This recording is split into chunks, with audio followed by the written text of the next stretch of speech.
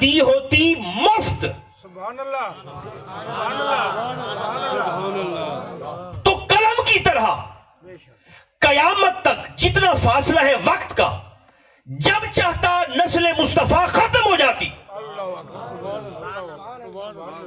سمجھ کر بولیں گے تو مجھے زیادہ خوشی ہوگی، تو مینوں پتہ بھی لگ جامنا ہے۔ جیسے قلم بغیر کچھ لیے دے دے تو جب چاہے واپس لے لیں۔ مولا تو نے فاطمہ دی ہے، اگر اللہ عطا کرتا مفت بغیر معاوضہ لیے تو جب چاہتا نسل مصطفیٰ ختم ہو جاتی۔ میرے حبیب نے 63 سال میں پوری قیمت دی ہے، نماز بھی پڑھی، قربانی بھی دی۔ اب نتیجہ کیا نکلا؟ قیامت آ سکتی ہے، میرے مصطفیٰ کی نسل کبھی ختم نہیں ہو سکتے۔ نعرہ رسالہ، نعرہ حیدر۔ مجھے معاف کریں، ہمارے اصل میں نا 2 شخصیات ایسی ہیں جن کا اسلام پر احسان ہے۔ ساڈے تے اسلام دا احسان ہے۔ بولنے ہے کہ نہیں؟ ہم پر اسلام کا احسان ہے، ساڈے تے اسلام دا۔ کوئی شخص سوچ سکتا ہے، پوچھ سکتا ہے جی ساڈے تے اسلام دا کیڑا احسان ہے؟ تو میں مثال دے کر ہمیشہ کہا کرتا ہوں، یہ ہمارے پڑوس میں، زیادہ دور کی بات ہی نہیں، یہ ہمارے چڑھتے پنجاب میں، بھارتی ہندوستان میں، بھارتی پنجاب میں، مشرق پورا بھارت، بڑے بڑے پی ایچ ڈی، بڑے بڑے ڈاکٹریٹ کی ڈگریاں لینے والے، بڑے بڑے انجینئرز اور بڑی بڑی یونیورسٹیوں کے اداروں میں پروفیسر گائے کا پیشاب پی بھی رہے ہوتے ہیں، گوبر کھا بھی رہے ہوتے ہیں، اور پیشاب کے فائدے بھی بتا رہے ہوتے ہیں۔ جاگ رہے ہیں یا بالکل سو گئے ہیں؟ بڑی بڑی ڈگریوں والے، بڑے بڑے ڈگری ہولڈر، بڑے بڑے تھنک ٹینک پیشاب بھی پیتے ہیں، گوبر بھی کھاتے ہیں۔ یوٹیوب بھری پڑی ہے، آپ کبھی سرچ کر کے کھول کے دیکھیں، آپ کو گائے کے پیشاب کے بارے میں بتائیں گے، اس کی اتنی فضیلتیں ہیں، یہ اس کا فائدہ ہے، جسمانی اور روحانی اور سارے۔ اچھا، بکتا بھی ہے گوبر بھی اور گائے کا پیشاب بھی۔ بلکہ میں بھارت کی بات کیا کرنی، میں آپ کو ذاتی تجربہ اپنا بتاتا ہوں، جو میں نے 1-2 جگہ اور بھی عرض کیا۔ یہ کرونا سے پہلے مجھے سکھر میں ایک مندر دیکھنے کا اتفاق ہوا، اور بھی 10-15 دوست ساتھ تھے۔ سکھر میں مندر تھا ہندوؤں کو بہت بڑا، تو اتفاق ہوا اندر جا کر دیکھنے کا۔ تو ہم جب دیکھ داکھ کے سارا مندر جب واپس نکلنے لگے تو وہاں ان کے پنڈت نے، صبح کا وقت تھا، 6-7 بجے کا، 8 بجے کا، تو ان کے پنڈت نے اپنے چیلے سے کہا کہ چونکہ مندر میں نا مسلے گھسائے ہیں،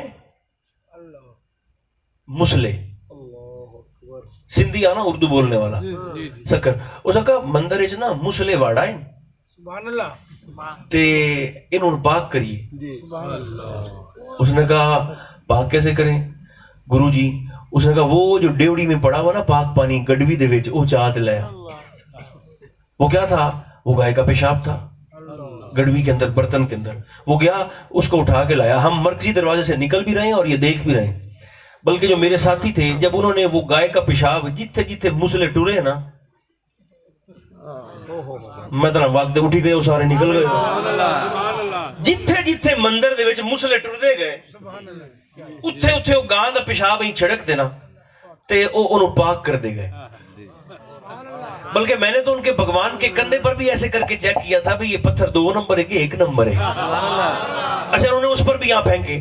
بلکہ ہمارے کو دوست پیچھے رہ بھی گئے تھے، 2 دوست، انہوں نے جب وہ دیکھا نا پانی چھڑکاؤ تو انہوں نے پھر وہاں سے دوڑ بھی لگائی کہ کہیں ہم اس پانی کی ذات میں نہ آ جائیں۔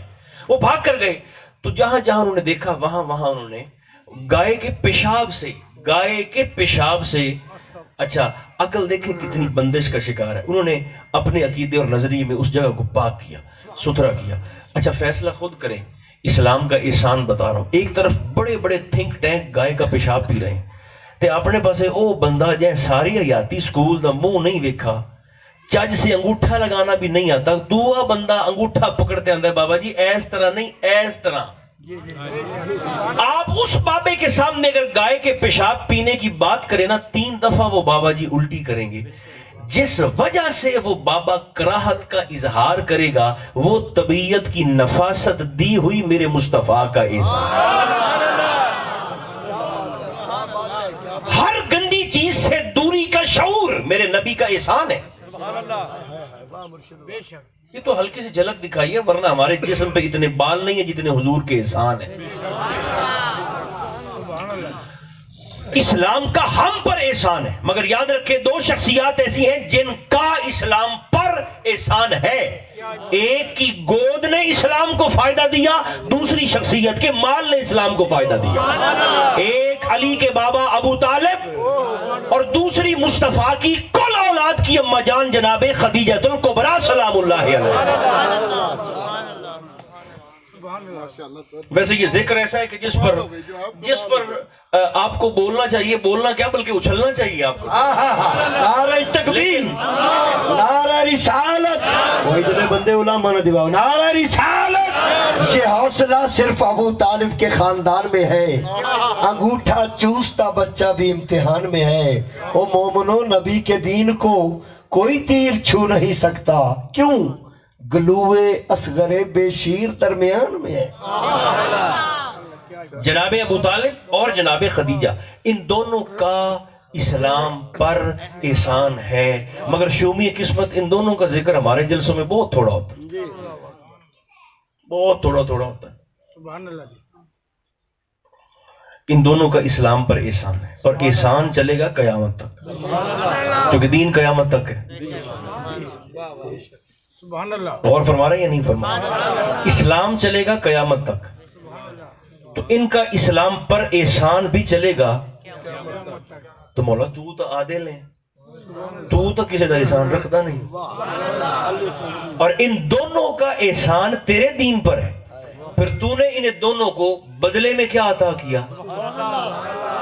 حل جزاء الاحسان الا الاحسان. مولا احسان کا بدلہ احسان کے سوا کیا ہو سکتا ہے؟ ان دونوں شخصیات کا تیرے دین پر احسان ہے، بدلے میں تو نے ان دونوں کو کیا دیا؟ فرمایا دیکھو تو صحیح، بیٹا ابو طالب کا لے لیا ہے جو چوپیں اپنی قسمت کو روئیں، بیٹی خدیجہ کی لے لی ہے، اور دونوں کا نکاح کر کے دیکھنا نسل مصطفیٰ کی قیامت تک کے لیے چلا. کیا بات ہے.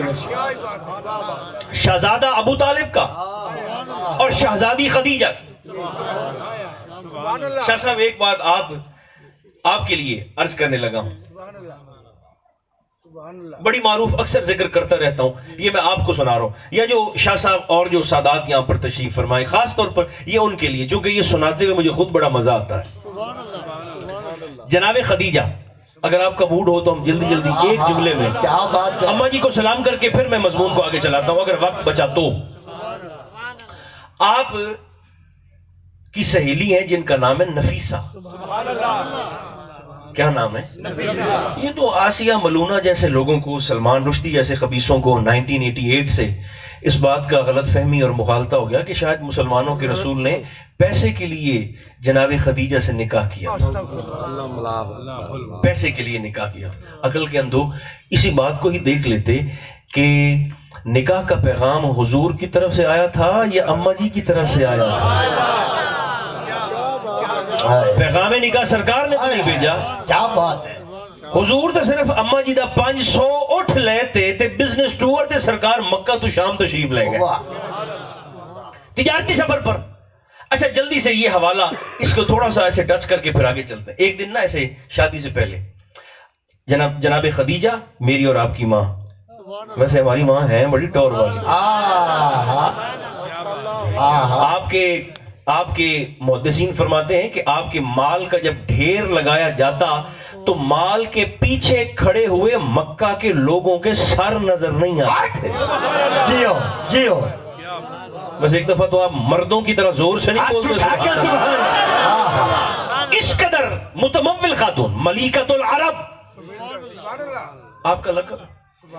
ایک دن جناب خدیجہ اور آپ کی سہیلی بی بی نفیسہ یہ دونوں ایسے اپنے گھر میں بیٹھی ہیں اور نا دونوں ایسے گفتگو کر رہی ہیں، باتیں کر رہی ہیں. تو جناب نفیسہ نے سے باتوں میں کہتی ہے خدیجہ میری بہن آپ کی اب عمر ہو گئی ہے تو اب آپ شادی کر لیں. سنانا میرا کام ہے، مزہ لینا آپ کی توجہ کی سپرد ہے، اور ہدایت لینا ہم سب کی ذمہ داری اور ڈیوٹی ہے، کیونکہ صرف مزے کے لیے نہیں سنا رہا. نفیسہ کہنے لگی خدیجہ آپ کی عمر ہو گئی میری بہن تو اب آپ شادی کر لیں.